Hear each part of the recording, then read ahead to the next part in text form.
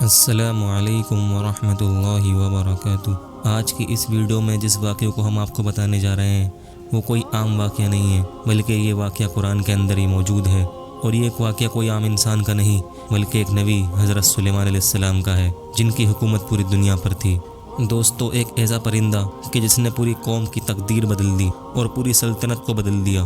آخر یہ پرندہ کون تھا اور حضرت سلیمان علیہ السلام کے ساتھ اس پرندے کا کیا واقعہ ہے، ہم آپ کو اس ویڈیو کے اندر بتائیں گے۔ دوستو، جیسا کہ آپ جانتے ہیں کہ حضرت سلیمان علیہ السلام اللہ تعالیٰ کے ایک نبی تھے۔ آپ حضرت داؤد علیہ السلام کے بیٹے تھے، اور اللہ تعالیٰ نے آپ کو نبوت کے ساتھ ایسی بادشاہت بھی عطا فرمائی تھی جس کی مثال پوری تاریخ میں نہیں ملتی ہے۔ اللہ تعالیٰ نے حضرت سلیمان علیہ السلام کے لیے ہوا کو مسخر کر دیا تھا۔ صبح کے وقت ہوا آپ کو 1 مہینے کی مسافت تک پہنچا دیتی تھی اور شام کو 1 مہینے کی مسافت طے کرا دیتی تھی۔ جنات آپ کے حکم سے بڑے بڑے محلات اور قلعے، عمارتیں تعمیر کر دیتے تھے، اور پرندے بھی آپ کی حکومت میں آیا کرتے تھے، یہاں تک کہ حضرت سلیمان علیہ السلام جانوروں اور پرندوں کی زبان کو سمجھنے کا معجزہ بھی رکھتے تھے۔ جب حضرت سلیمان علیہ السلام اپنے عظیم لشکر کے ساتھ نکلتے تو انسان، جنات اور پرندے سب ترتیب وار چلتے تھے۔ یہ ایک ایسا منظر ہوتا تھا جسے دیکھ کر لوگ حیران رہ جاتے تھے۔ ایک دن حضرت سلیمان علیہ السلام اپنے لشکر کا جائزہ لے رہے تھے۔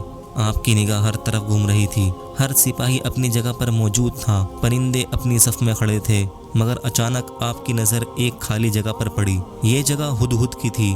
حضرت سلیمان علیہ السلام نے فوراً محسوس کر لیا کہ ہدہد موجود نہیں ہے۔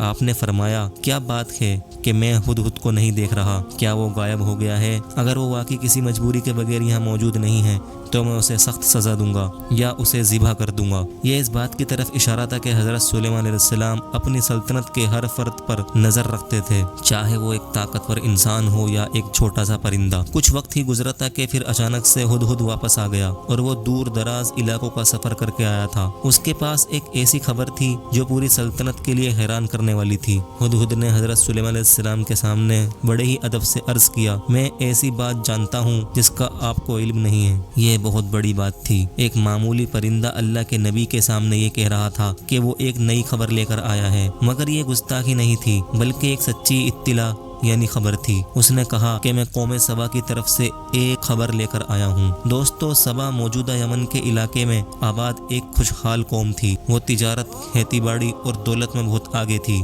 ان کے باغات دور دور تک مشہور تھے، ان کے پاس بے شمار دولت تھی، اور ان کے شہر بہت ہی زیادہ ترقی والے تھے، مگر ان کی سب سے بڑی کمزوری یہ تھی کہ وہ اللہ کو چھوڑ کر سورج کی عبادت کرتے تھے۔ ہدہد نے بتایا، میں نے وہاں ایک عورت کو دیکھا جو ان پر حکومت کرتی ہے۔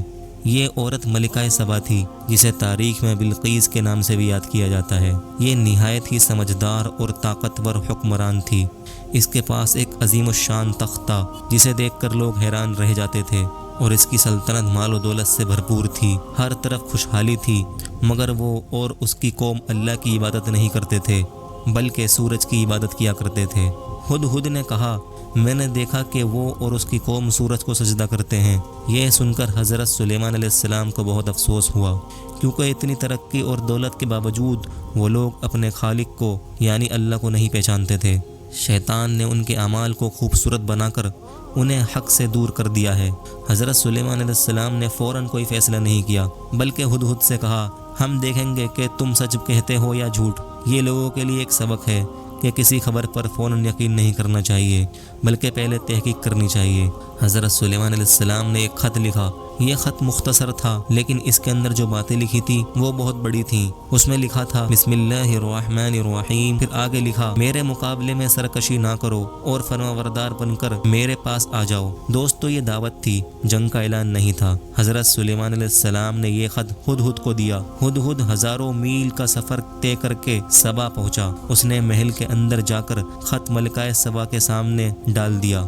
ملکہ سبا حیران رہ گئی۔ اس نے خط اٹھایا اور پڑھنا شروع کیا۔ ملکہ نے اپنے وزیروں اور مشیروں کو جمع کیا۔ اس نے کہا، میرے پاس ایک نہایت اہم خط آیا ہے۔ پھر اس نے پورا خط پڑھ کر سنایا۔ دربار میں خاموشی چھا گئی۔ مشیر یعنی جو لوگ مشورہ دیا کرتے تھے، انہوں نے کہا، ہم طاقتور ہیں اور جنگ کی صلاحیت رکھتے ہیں، لیکن فیصلہ آپ کے ہاتھ میں ہے۔ ملکہ سبا جلد بازی کرنے والی نہیں تھی۔ اس نے کہا، جب بادشاہ کسی شہر میں داخل ہوتے ہیں تو اسے تباہ کر دیتے ہیں،